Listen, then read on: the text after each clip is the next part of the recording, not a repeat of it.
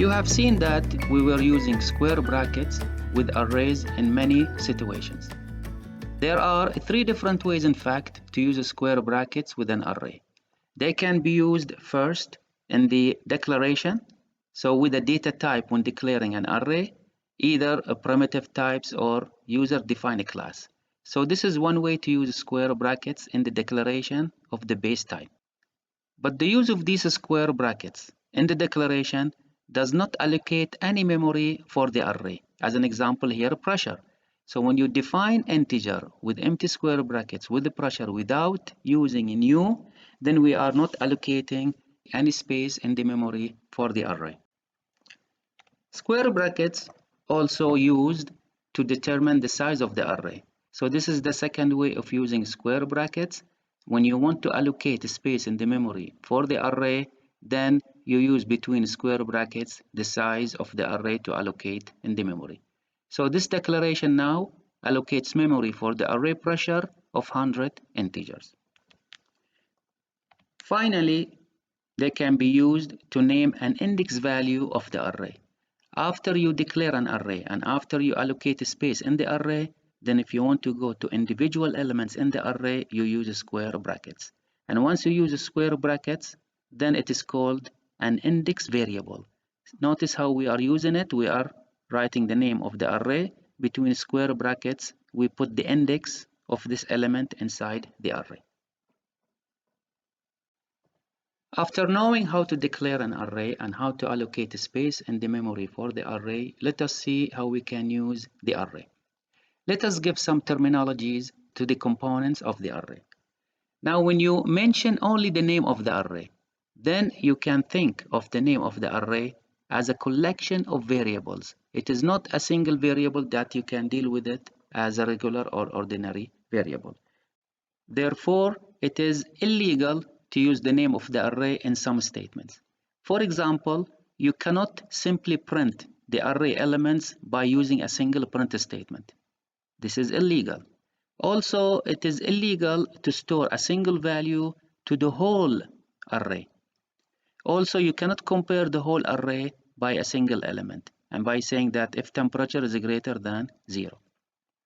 In conclusion, when you declare an array and allocate space in the memory for this array, then the name represents only a reference to the collection of the variables allocated for this array. The next terminology is what we write between square brackets. Remember that square brackets can be used in three different ways. The first way, when we declare the array, so we use it with the base type of the array. The second way to use brackets is to allocate space in the memory. Between square brackets, we determine the size. And now the third way to use square brackets as an index. So whatever we write between square brackets will be the index. That means the location inside the array, where this element is located. There is another terminology for the index. It is called a subscript. In Java, the index must be an integer, and you already know that it should always start with 0, and it should never exceed the size of the array, even not equal to the size of the array. So when you allocate, let's say, 100 elements for an array of type double, then you cannot save into the location 100. You can save into the locations 0 up to 99. So what are the options or possible indices we could have for arrays? For indices, we could have three options. Either the index is a constant, or the index is a variable, like this example now, you see it in front of you, or it can be an expression, but the result of this expression should be an integer. Let's take an example for each of these options. This is the first example for the first option. See that the index is a constant. So we are referring to location 3 of the array temperature. Now the second option of an index, we are using a variable which is an integer variable for the index. Depends on what is the value of I. The value of I will determine the location of the element inside the array. So this is an example of an integer variable index. The third option is that the index is an integer expression. You must put an integer expression so that the result is integer because a location must be an integer. Hence, you can use any expression that evaluates to an appropriate integer when naming an index variable of an array. Because as I said earlier, that I as an index or subscript should be an integer. This is an example. Now suppose the value of point is equal to 2, and now inside the array we are referring to location 2 plus 3, which is 5.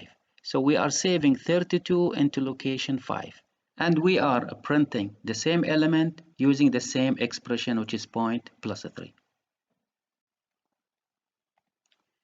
Finally, when you write the name of the array followed by square brackets with an index, altogether is referring to an index variable. Or sometimes we call it an array element or subscripted variable. In this case, the system will treat it as an ordinary variable. So each index variable can be used just like any other variable. So you can increment it, you can use it in if statement, you can print it, you can pass it into a method, and so on. For some examples of statements that are allowed in Java to refer index variables, we can assign single values to indexed variables. Also, we can print index variables using a print statement. Also, we can reference individual elements of index variables and do some kind of arithmetic calculations. For example, in this statement, we are taking the value, the index variable at index minus 1. If index is 4 and 4 minus 1 is 3, so we are referring to the index variable at location 3. We add 3 into it and we save it into the index variable that is at location 4. In this writing now, we are writing temperature index plus 2 plus a plus. We are referring to the index variable that is at location 6. Why? Because the expression has an index 4 plus 2 is 6. We are referring to the index element at location 6. We take its value and we increment it by 1. Finally, we are adding a number to the index variable at location 4. So this is a statement that accumulates the value of num to the value of the index variable at location